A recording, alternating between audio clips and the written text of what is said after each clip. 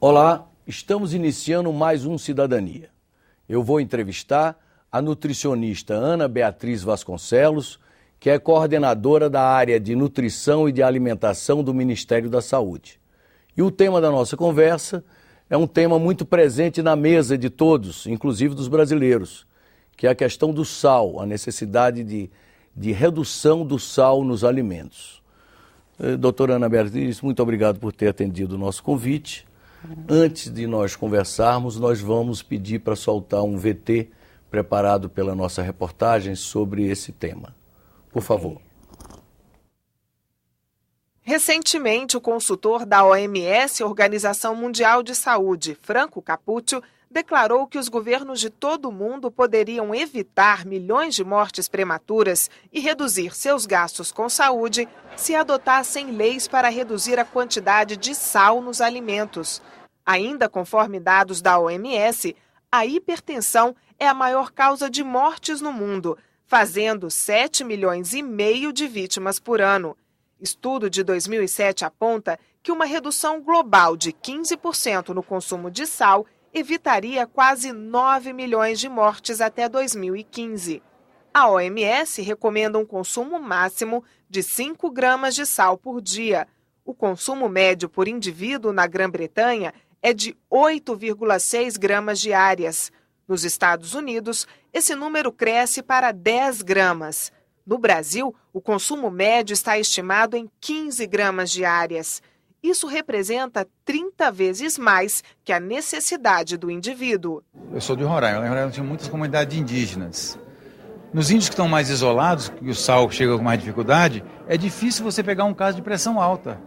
Já nos outros que vivem com mais acesso, que tem estrada asfaltada, que se vai de carro, não precisa ir de avião, eles têm pressão alta como todos nós, porque comem sal normalmente. Pode comer sal, mas com moderação, é importante. Principalmente se você está chegando na década dos 60, por aí para frente, evitar comer sal. Segundo o Ministério da Saúde, uma redução de 3,5 gramas no consumo diário de sal no país resultaria em uma diminuição de 50% no número de indivíduos com necessidade de tratamento para a hipertensão e também na incidência de derrames e de infartos. A cada ano é crescente o número de casos de hipertensão, de problemas circulatórios cardíacos que são provocados pelo excesso do uso do sal. E, inclusive, chegando na infância, na adolescência, isso é muito preocupante. Então, muitos dos alimentos que são consumidos, eles contêm sal sem que nem nós tenhamos conhecimento. É bom que se saiba que muitas vezes produtos que nós imaginamos que não têm sal, porque o sabor é até doce, mas eles contêm cloreto de sódio. Está em tramitação no Senado o projeto 495 de 2007, de autoria do senador Antônio Carlos Valadares, que estabelece limites máximos de sódio nos produtos alimentícios. Pelo projeto, fica a cargo da autoridade sanitária a fixação dos limites para cada tipo de alimento.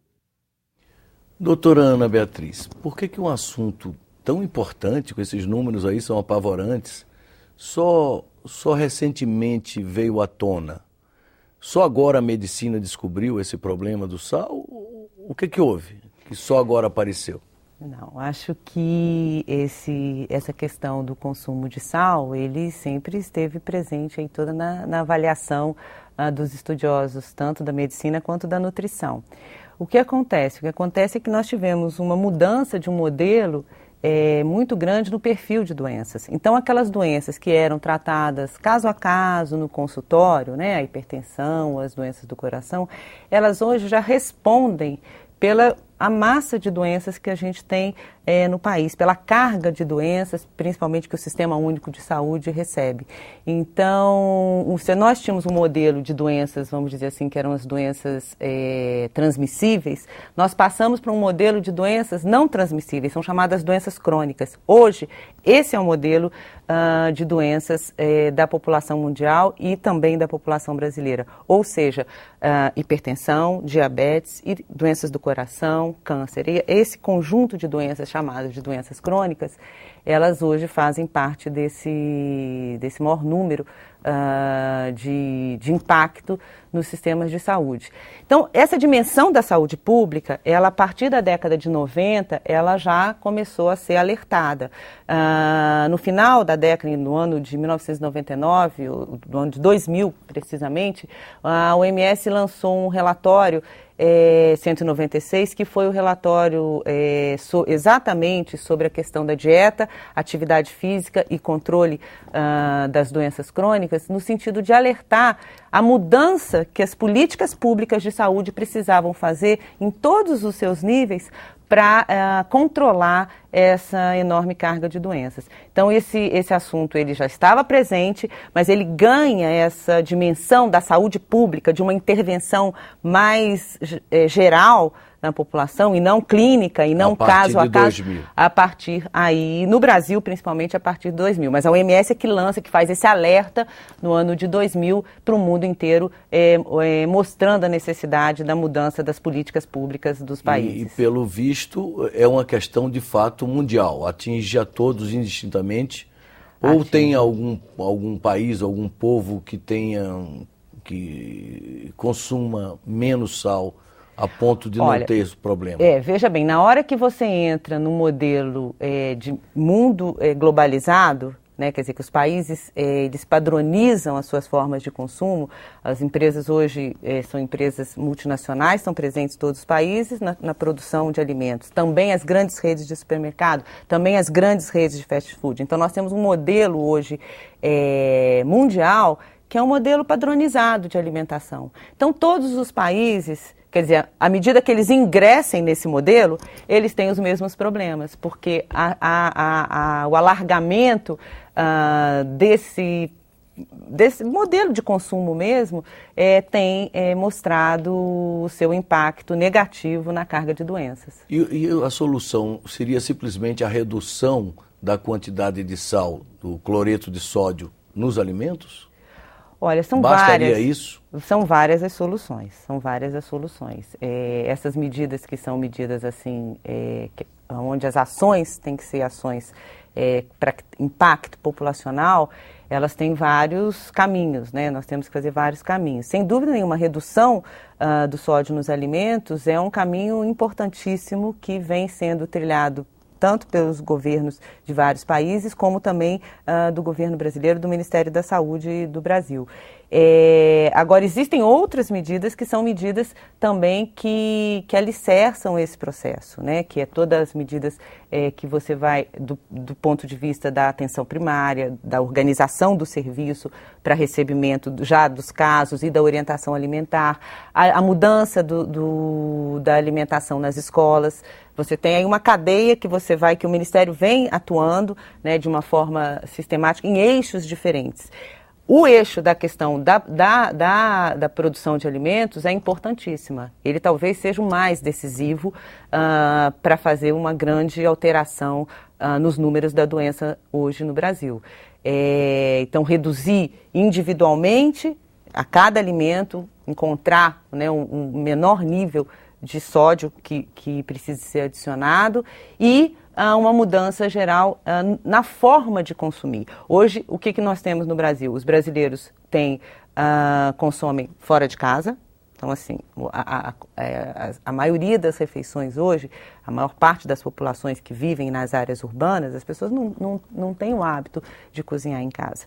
Então, a gente vai efetivamente se dirige aos serviços que são prestados nos restaurantes, enfim, e nos fast foods. Então, esses também precisam estar com seus alimentos mais saudáveis, entendeu? Mudar também a oferta desses alimentos que a gente encontra aí no dia a dia, né, para que haja essas reduções aconteçam. O problema tem dois aspectos, um regulatório e o outro educativo, no sentido de também... Exatamente. Em relação à questão da regulação, as empresas resistem a reduzir o sódio?